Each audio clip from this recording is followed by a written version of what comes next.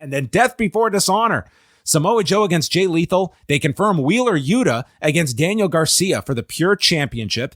And Shivani interviews Daniel Garcia. He went an hour with Yuta last week, 46 minutes, and detected zero fear and calls him the best. You will call me the best at Death Before Dishonor. And then if that's not enough, FTR do a promo listing off the tag titles they hold. It's a lot of titles.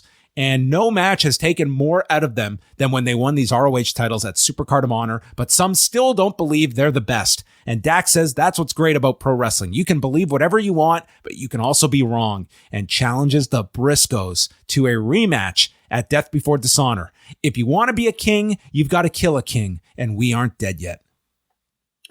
Yeah, some big announcements, I would say, for Death Before Dishonor, and their matchmaking for this show is of particular interest, just for us to be able to see how much AEW integration of full on AEW names will be there.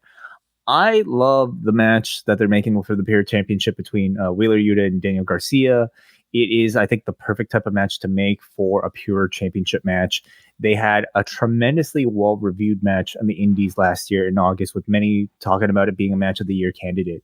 I believe like a 60-minute draw or something like that, right? So this time they're going to bring it to a bigger stage, and with the both of them, I think, having been way more accomplished now and way more popular now than they were back then. So a continuation of the BCC versus Jericho Appreciation Society feud with the two kind of young prospects of the group is a perfect thing to put on this show that feels like it's connected enough to AEW, while at the same time, giving like a bit of an ROH particular spotlight for Wheeler Yuta in this Pure Rules rule set.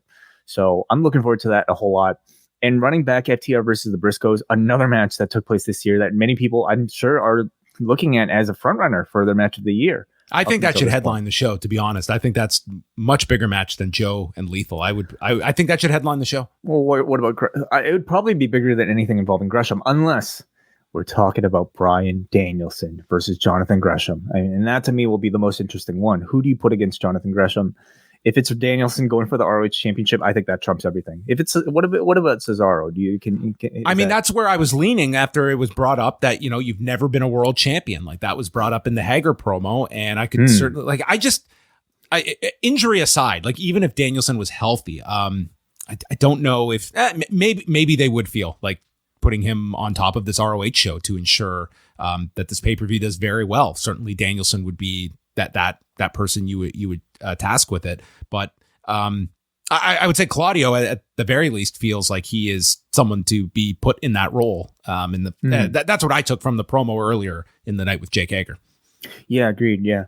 But, as far as like a card that is certainly catering towards the hardcores and the people who watch the first Supercard of Honor, like I think it's a show that's looking pretty good so far. And it's going to have a lot more AEW television promotion behind it than Supercard did. And Supercard, by ROH standards, did very well. This is one where I think people are going to be looking at a much higher ceiling of what this can do, because this was a lot of promotion they got on tonight's television, and I think that'll be reflected in the next couple of weeks. Yeah, I'm very curious to know like what projections are, what your prediction might be, John, in the weeks leading up to this, whether or not like what's the ballpark would you say would be a success for something like this? I not knowing Gresham's opponent, that's a big indicator. I think that does matter. But off these three matches, okay, if we were going off of this, I'm looking at 45 to 60. I would say like that's that would seriously be a huge cry from the standard of an AEW pay-per-view. So yeah, it's a continued question of like with these three matches, we're talking about like Supercard of Honor doing, probably in the neighborhood of, well, we don't know the number, but way less than like 60,000 buys. And so the continued question is, if you strictly change the letters from ROH to AEW and put on the same card, how much more would you be doing? But the argument is that, this is Tony Khan trying to build up another property. Sacrificing potentially a few more buys for one show in order to try to get another brand off the ground so that he could eventually make comparable money to what he's getting with AEW. It's an interesting experiment that we'll see how it plays out.